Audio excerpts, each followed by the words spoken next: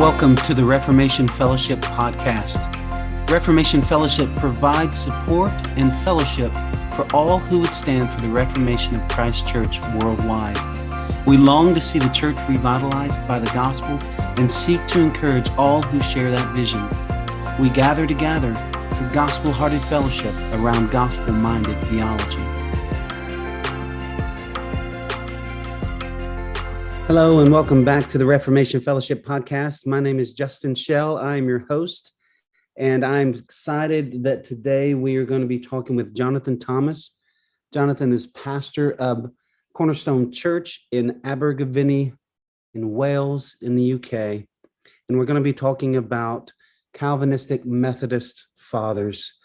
So looking back at that season in church history in Wales, where men like Daniel Rowland and Hal Harris and others saw a mighty work of the Lord and linked arms together to see the gospel go forth, not just in Wales, but even other parts of the world. So without further ado, let's jump into the conversation now. Jonathan, thank you so much for joining us here on the Reformation Fellowship Podcast today. Justin, it's a pleasure to be with you. Thanks. Yeah, I'm really looking forward to this conversation. You know that we're in the middle of a series where we're looking at past and present communities of faith, circles of friends, sometimes institutions, networks, sometimes all together, who rally around gospel truths, see gospel friendships form, and see all of that kind of overflow in renewal, revival, reformation. And so today we are talking about the Calvinistic Methodists of Wales, and I'm really excited to hear from you about the folks involved there, about what God did through them. But before we do that, tell us a little bit for those of our listeners who may not know you. Who are you? Where are you? What are you up to? Yeah, so I'm Jonathan Thomas. I'm a pastor of a local church in Wales in the UK, in a kind of border market town called Abergavenny. I'm married to Rebecca. We got 3 boys, kind of under 14, which is great fun. I'm a former Union student and former faculty member of Union, and been listening to the podcast and loving it. Learned lots about Calvin and Spurgeon and all these other men. It's been great. Right. Awesome. Well, we're gonna, I think, make a great contribution today to the series. Let's maybe, as we turn our attention to this to our topic at hand, tell us. Many of our listeners may hear Calvinistic Methodists and wonder if that's an oxymoron. So help us understand what is that. Yeah, so back in the 18th century, when in the States you would have had the Evangelical Awakening, and in kind of England you would have had the Methodist Revival with, John and Charles Wesley. In Wales, we had a revival at the same time, and they would have rediscovered the doctrines of grace, Calvinism.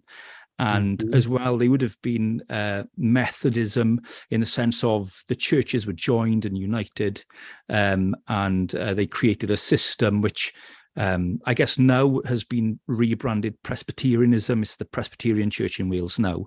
But yeah, Calvinistic Methodism, and a big part of that would have been experiential Calvinistic Methodists. So people that believe in a felt Christ and in a life-transforming gospel. And yeah, back in the 18th century, it completely turned the tide for the gospel in Wales. Awesome. Tell us then, as we start to zero in on that movement there during the First Great Awakening, that time period, who were some of the key figures in Wales at the time? And you can cover as many generations or years, but just introduce us to some of the leaders. Yeah, so Wales was a little bit unique in that when the Reformation came, although Wales kind of experienced the Reformation legally, in terms of the heart of Wales, it wasn't truly reformed. Now, around the time you get the translation of the Bible into Welsh by William Morgan, which is a phenomenal piece of work and puts the scriptures into the people's language. And there are some really good gospel men, but they are far and few between. And so really that the heart of Wales wasn't won for the gospel post-Reformation.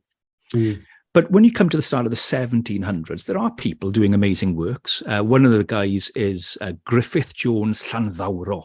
I hope the listeners don't mind my Welsh. But Griffith Jones Llanddowro, he was in the Church of England, the Anglican Church.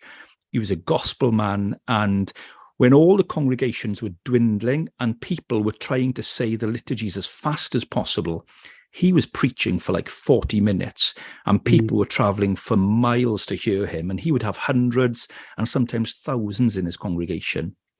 And then he got a burden for education. So Griffith Jones kick-started the Sunday school system and education in Wales with these circulating schools, which was absolutely amazing.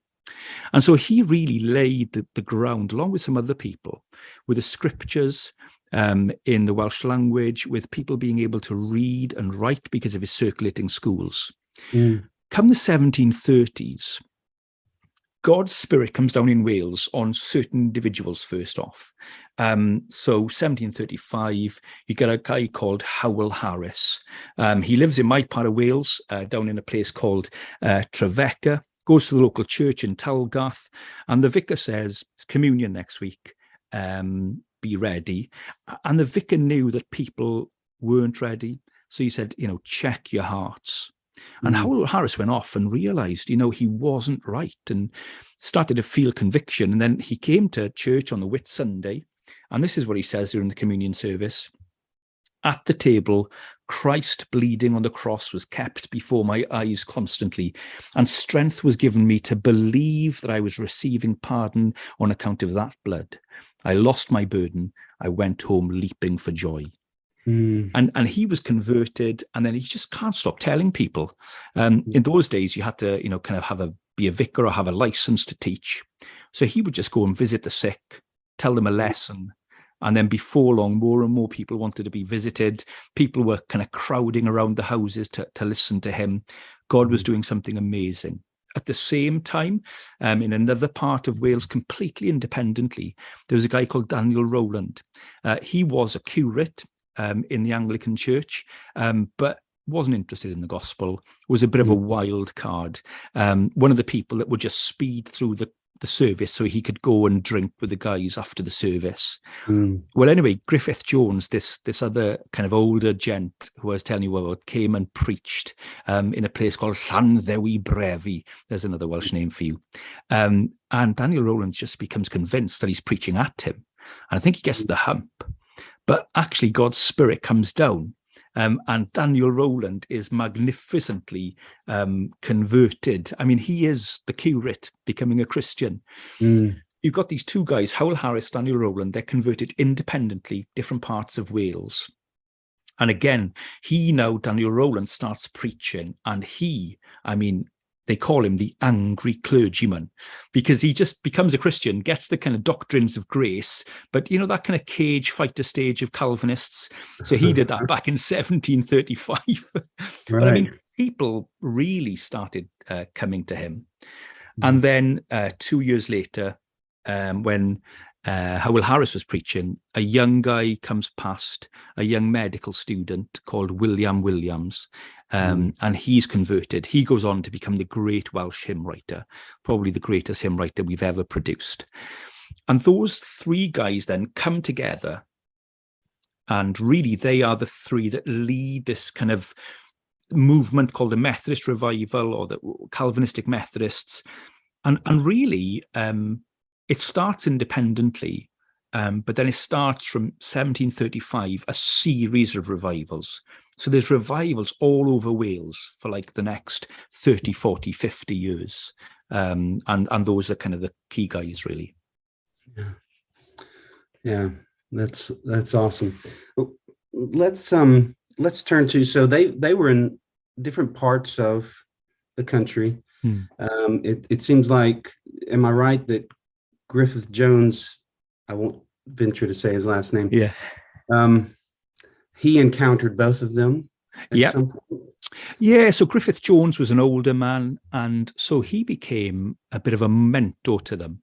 So in Welsh, we call him a seren fore, the morning star of the Methodist revival, because he really, was preaching the gospel before the revival.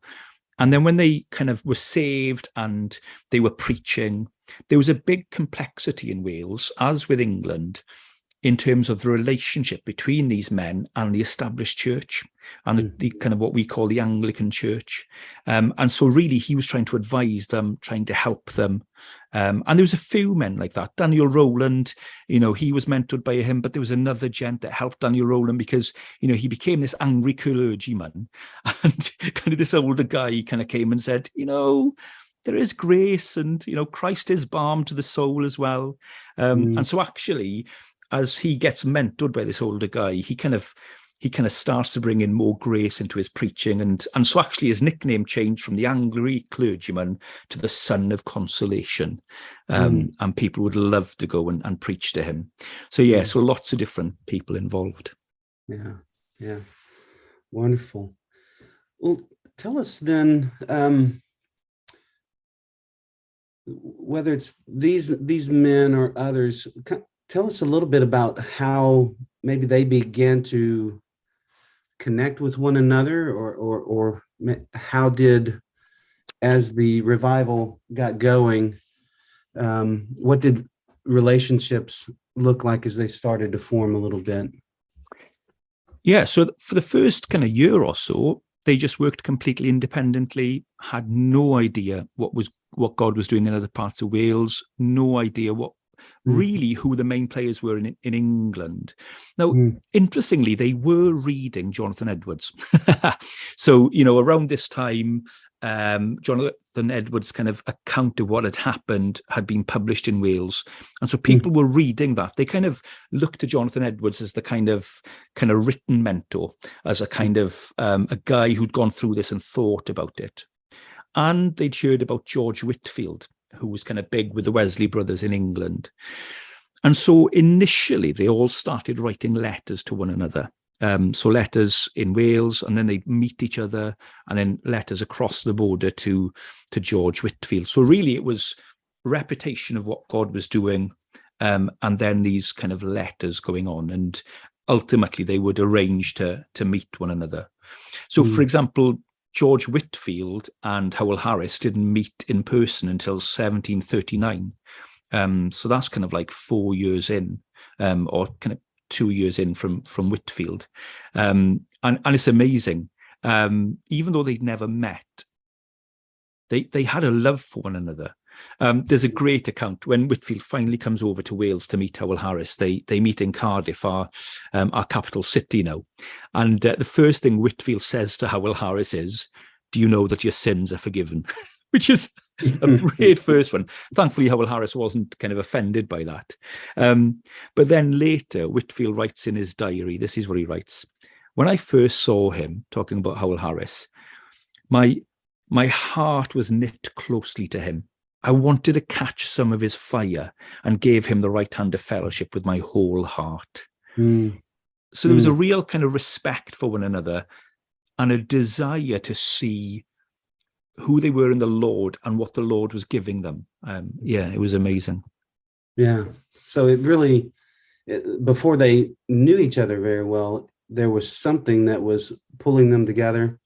It was really the faith they were uniting around. Hugely, because these were very different characters, very different personalities coming from different parts of the country, but their faith in Christ and their love for Christ. So the language is very heart language. It's very kind of Philippians chapter 1. I have you in my heart. It's right for me to feel this way about you. Yeah. Well, tell us a little bit so that's maybe first meeting Harris with Whitefield. And I know there's this complexity of what God's doing through these men in the revival. And then there's the established church. Were there places where those who did embrace the revival, who were rallying around the gospel, where they began to gather together to fellowship in any way?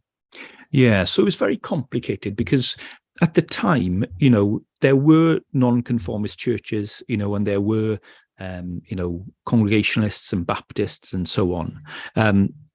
But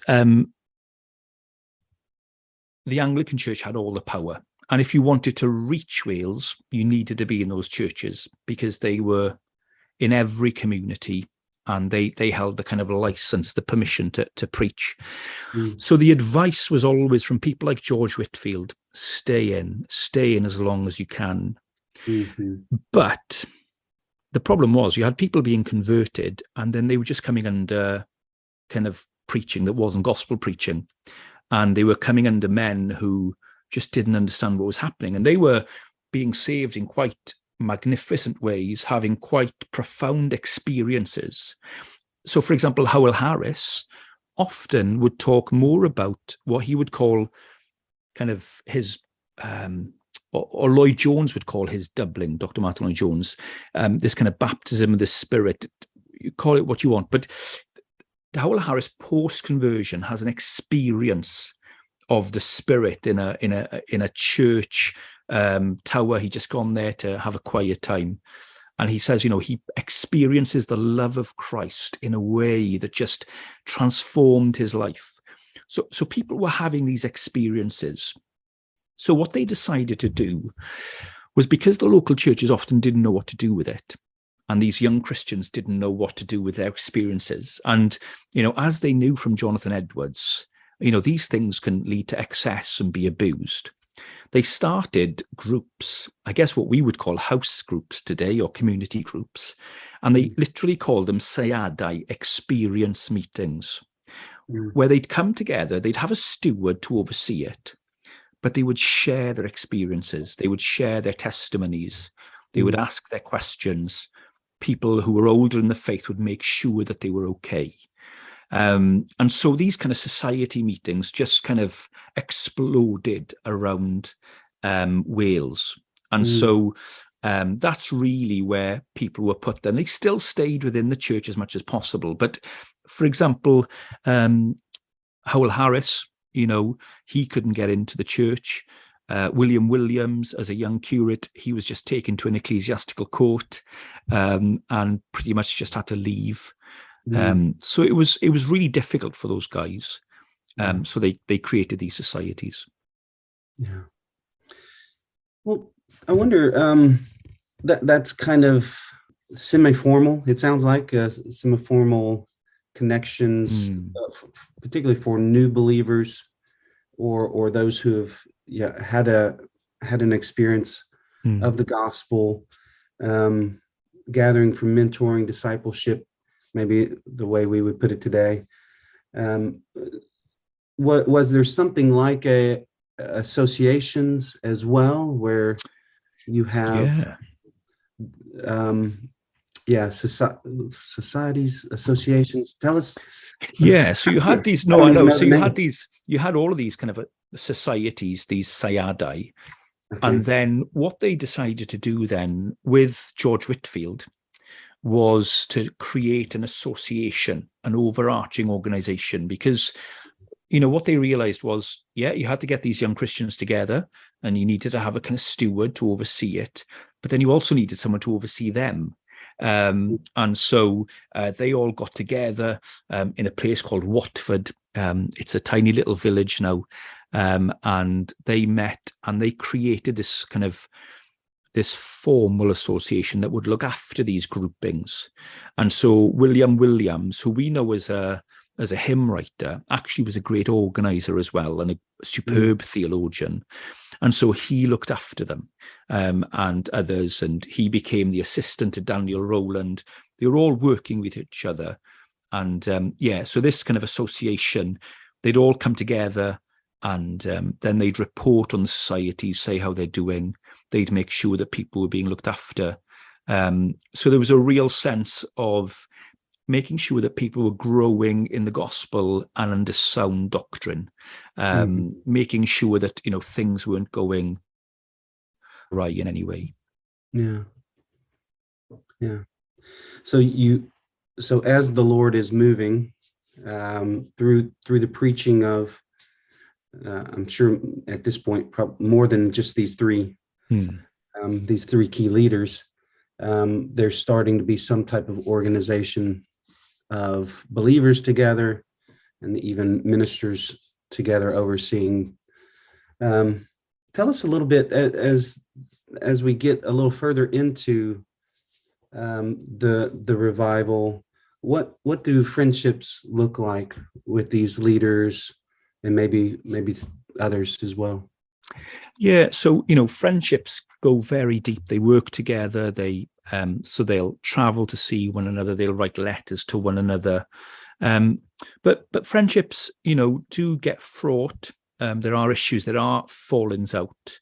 And some of the main guys, we've already seen a development in Daniel Rowland's theology, where he kind of goes from the angry clergyman to the son of consolation. He gets the balm of the gospel. But as they went on, there was big questions of the relationship to the established church. Lots of disagreements about that. There was lots of influences coming over from the Moravians and Zinzendorf and all that kind of world, and they weren't quite sure about that. Sometimes they struggled with the Trinity. So Howell Harris started to make some statements that sounded a little bit like patripassionism, and people weren't really sure. So in these kind of associations, then they kind of challenge one another, could get quite heated. They would shout at each other, but then they'd cry and they'd hug each other. There was a lot of emotion. But it did come to a head sometimes. So, Daniel Rowland's, Howell Harris, they had a huge falling out. They really felt that Howell Harris had gone wrong in terms of his kind of connections with the Moravians, his theology of the Trinity. He also had this really strange relationship with a woman. I mean, he was a married man, but he had another woman, a kind of prophetess, perhaps. I don't know. It's all very strange, and no one really knew what was going on. And so in the end, actually, they kind of stopped all contact, got to such a degree that the association had to step in. And in the end, kind of Howell Harris was put out. He goes off and starts his own kind of, I want to call it a commune. People will be angry at me for calling it that, but a kind of a house, a family of people that weren't quite his family. It all gets very strange. And it's a dark time in the history when these things happen. But, the gospel and the truth is more important than human friendship in that sense. So whilst the gospel is the basis of human friendship, in the end, when someone is seemingly to go away from the faith and is unrepentant and unchanging, those kind of lines need to be drawn. But thankfully, when you read through the history, Howell Harris kind of comes back, and him and Daniel Rowland's kind of come back and embrace one another. It's lovely. I think the story goes that Howell Harris was kind of like kind of 50 years old or whatever when it happened, so he calls it the year of Jubilee, and we're just going to go back to friendship as it was. And it was difficult, but those kind of wounds were healed. Yeah. Well, can we maybe sit there for a minute with that rift, and feel free to not necessarily just talk about their relationship, but you've mentioned in the last couple of minutes, sometimes there was disagreement over secondary or tertiary theological issues, not the Trinity in this case, but some of the other things. How do we organize the church? What's our relationship with the authorities around us? And these are issues that are very much modern day for us. Yeah. What are some things that maybe we could learn from, whether it's Rowland and Harris or others involved in the Calvinistic Methodist movement? Yeah, I think, it's amazing that they didn't fall out more. And it's amazing that they kind of work together as much as they did. I think, the basis of their friendship was the gospel. It's when they got together, they could see Christ in one another. And, there's that famous quote, isn't there, by C.S. Lewis, when, he's writing, what is friendship? What is a friend? And he says, a friend is someone you go to and you say, what, you too? You think the same? And I think with these men, they were finding other people that had found the same gospel, and they had experienced the same Spirit, and they were following the same Christ. And so that was what brought them together over everything else. It was Christ. And that, I think, helped them to keep that as the main thing. And that is a huge kind of strength in friendship, when it's not on anything else, any kind of ecclesiastical structure, but it's all about Christ. I think the other thing they did was they met often. You look back and you're like, they're having all of these kind of monthly meetings, and they're all doing this on horseback over these rugged Welsh mountains. And, but actually talking face to face was hugely important. Yeah. They wrote letters a lot. So there's a constant stream of communication. And so when they hear things, they're able to ask the people directly, okay, what are you saying? What's happening? And so when you read their kind of relationships, there does seem to be two things. Firstly, an assumption, okay, let's find out what you've actually said. So it's not kind of, oh, that's it, I'm having nothing to do with you, I'm believing things. But there's a questioning and there's a trying to understand, a kind of benefit of the doubt, which is lovely. But the other thing is, and I think this is important, they are willing to challenge one another. So when they think they're wrong, they're willing to tell them. And I think that shows the depth of their friendship, that actually they were willing to say, hey, hold on now, you're going down a wrong path here. What you're doing isn't quite right. And that's a difficult thing, but a wonderful thing. Yeah. Well, tell us then, we've talked quite a bit about the relationships and their forming and their love for one another and their rallying around the gospel together. Help us understand then, what were they hoping for Wales, or maybe for the world? I don't know what language they would have used, but they weren't just coming together for fun. But what were they thinking? Hey, we need to do this, and we need to do it together, because why? Yeah. What would they have said? They had a hope for Wales and a vision for Wales. Wales, I think sometimes the history is overplayed a little bit. Sometimes it's kind of presented like there was no gospel in Wales until 1735.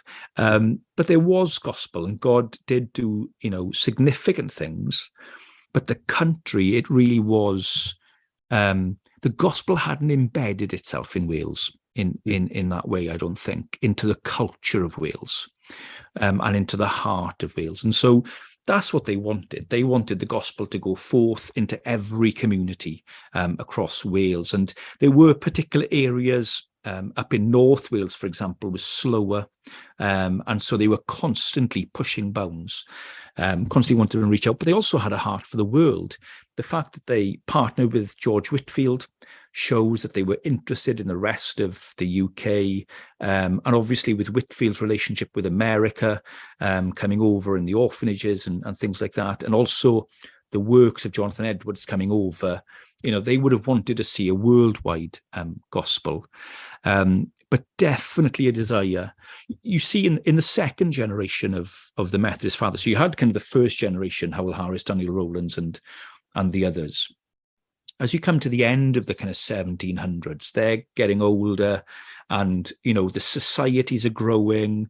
The relationship with the church is getting much more difficult, and really, I don't think they really wanted to leave. They wanted to stay within the established church. They saw kind of the potential, but really, it came to an impasse. There was just no way they could stay. It just wasn't possible. You had these bishops just making their life miserable.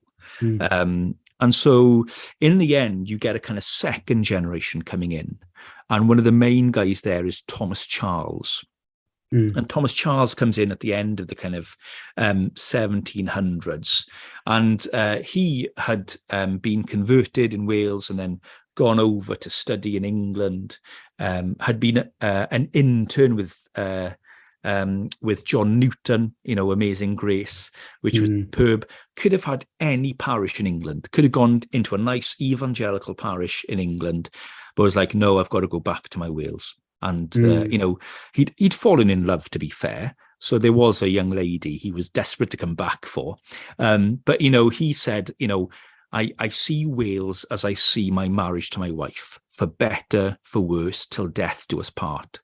And so he comes back to Wales. And what's lovely is, because he's got all of these friends in England, you can even read them now. He's sending letters to England constantly, back and forth to London constantly, getting funding, getting Bibles printed, getting as much help as he can. And he comes and he lives in Bala, which is kind of North Wales. And around there, he plants churches and sees the gospel go forth. There's revivals springing out over there. Earlier on, I made a bit of a misleading comment where I said Griffith Jones, if you remember, started the Sunday schools. He didn't. He started the circulating schools, which were educational. And he did that through teaching them the Bible. But then Thomas Charles built on that model. He revived these circulating schools. And then he started Sunday schools, which in Wales now would only be for children. But I think in America would be for children and adults, your Sunday schools. Yeah. So he kind of invented that in Wales, started this Sunday school system, and then was like, so I've taught them to read. I've got them into Sunday school and they're Christians. And then he was like, but I can't get them Bibles. And it all comes to a head one day. Some people listening to this might remember a story of a young girl called Mary Jones. She loved the Lord, loved the scriptures, couldn't get a Bible. There was one down the road, so she used to travel down every week to read the Bible. Then she saved every penny she had. And then after about 2 years of saving, as a young girl, she walked 26 miles barefooted over Welsh mountains to buy a Bible. And when she rocks up, it's Thomas Charles's house. When she rocks up, he's like, I've sold out. And she's just like saved for 2 years. She's walked 26 miles. She bursts into tears. He bursts into tears.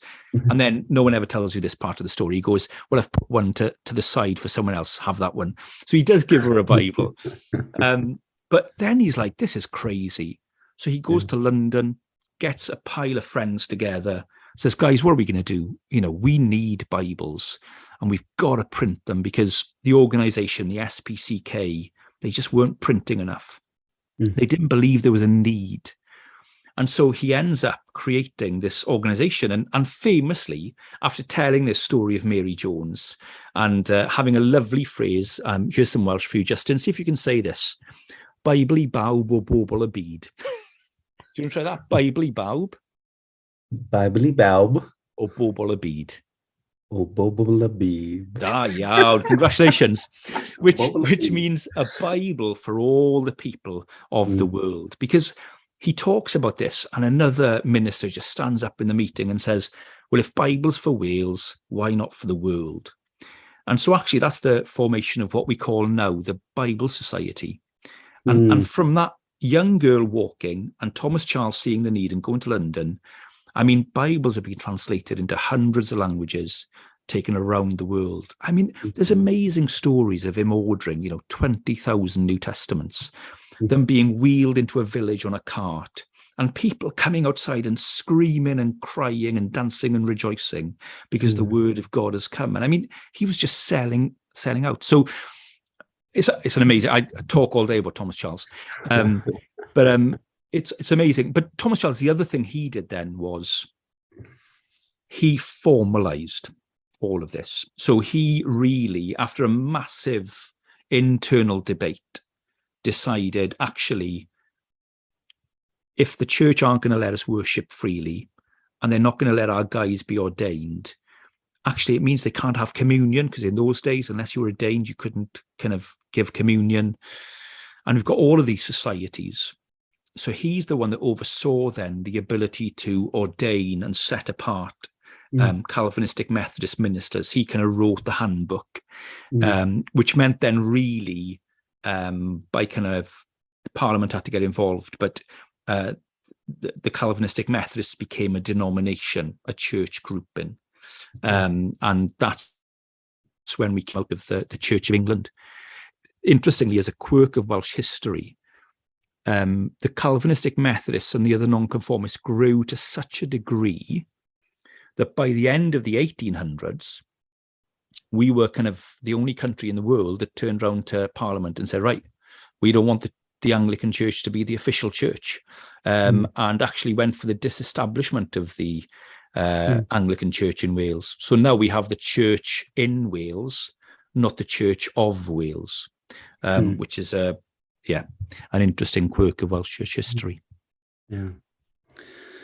Well, as we come near to the end of our time together, I wonder if we could maybe pull some threads together, Jonathan.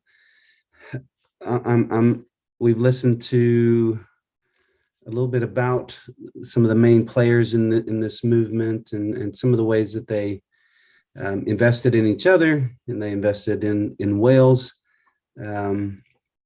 Help us maybe pull out some lessons for today.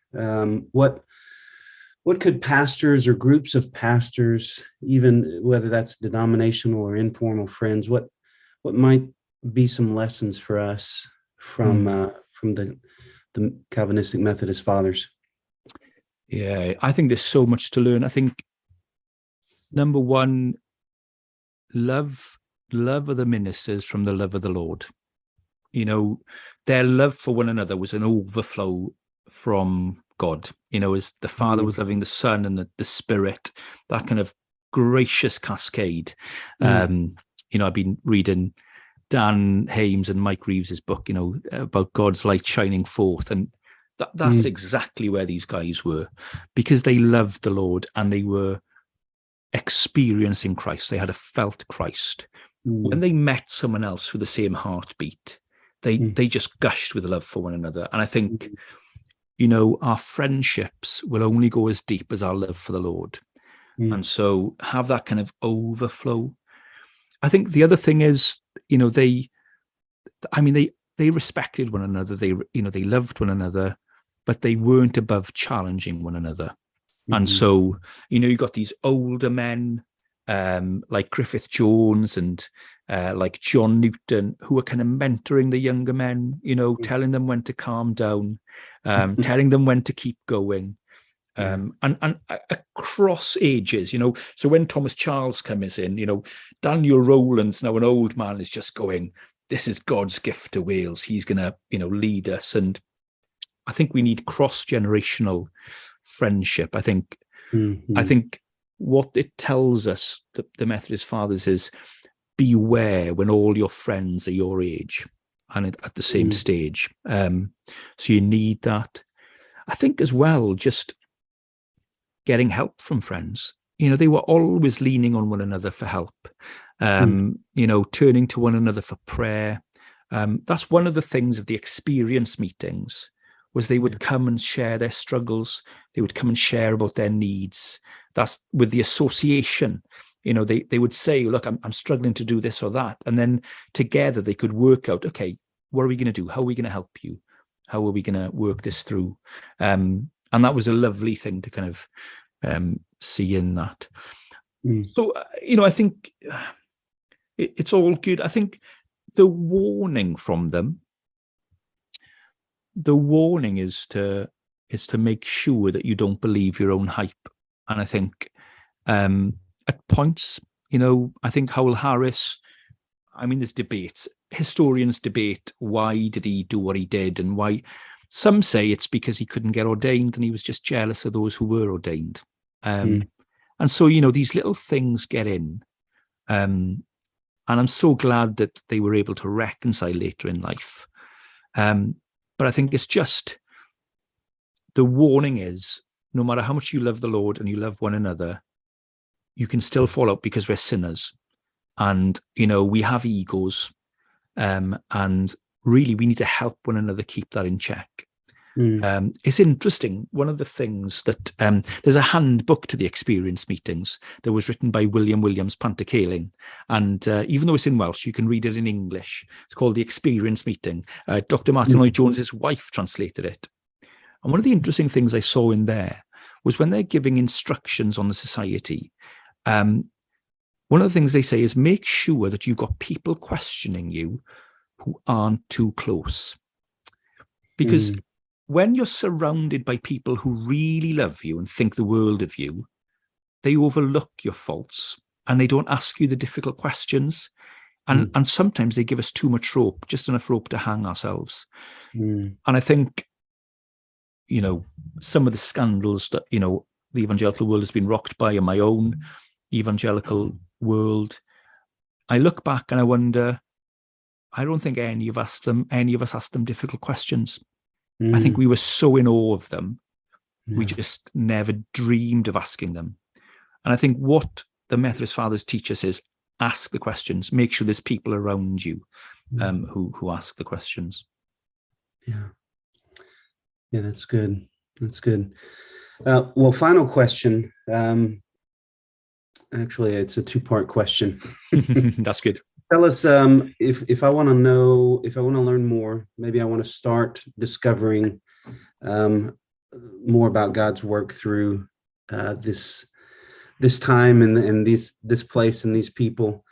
What could be a couple of resources I could go to? And is there perhaps a documentary in the works that might help me be introduced as well? Well, that is a great question. For those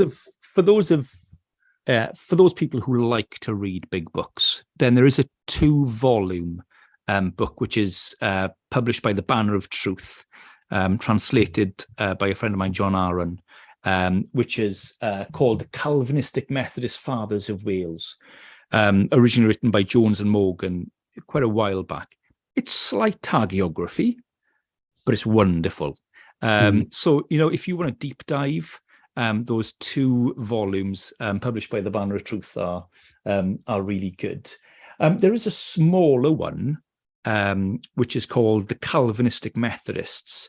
That's published by the Evangelical Movement of Wales, or Bryn Tirion Press, it's sometimes called. That's a smaller book by Williams, and that's really helpful as well. So those are a great introduction. But I would say, if you just wanted to get into one of the characters, my hero is Thomas Charles. I've written a book on him, but that's not the one I'm going to suggest, because there is a better book that's come out, and it's published by Christian Focus, called No Difficulties with God, by Dr. Errol Davis, former principal of Union. And that's a short little book that just gives you an insight into one of the main kind of guys in Calvinistic Methodism. So No Difficulties with God. Yeah. And then, there is a kind of video documentary coming out next year, which is covering the history of Christianity in Wales, particularly kind of 1700s to 1904, present day, and looking at kind of the revivals and the blessings, and as well the difficulties and the struggles. And I present that. So if you've enjoyed my Welsh accent, you can watch that. But that'll be coming out, and that'll give you lots of interviews with Welsh theologians and historians, telling you about all manner of people and things that happened. Yeah, wonderful. Well, that's about a year away, so maybe you'll just have to come back on the podcast and talk about that when it's released. I love it. Sounds like a deal. Well, Jonathan, thank you so much for joining us on the Reformation Fellowship Podcast today and sharing with us about the Calvinistic Methodist Fathers. I've enjoyed it, and I'm sure that our listeners have been encouraged. So thank you. Hey, thank you. It's been great to chat. Thank you so much for joining us here on the Reformation Fellowship Podcast. We pray that this time together has been a blessing to you. The Reformation Fellowship is a ministry of union, and so all that we do, we hope it helps you to delight in God, grow in Christ, serve the church, and bless the world If that is your hope, that is your desire, then friends, welcome to the fellowship.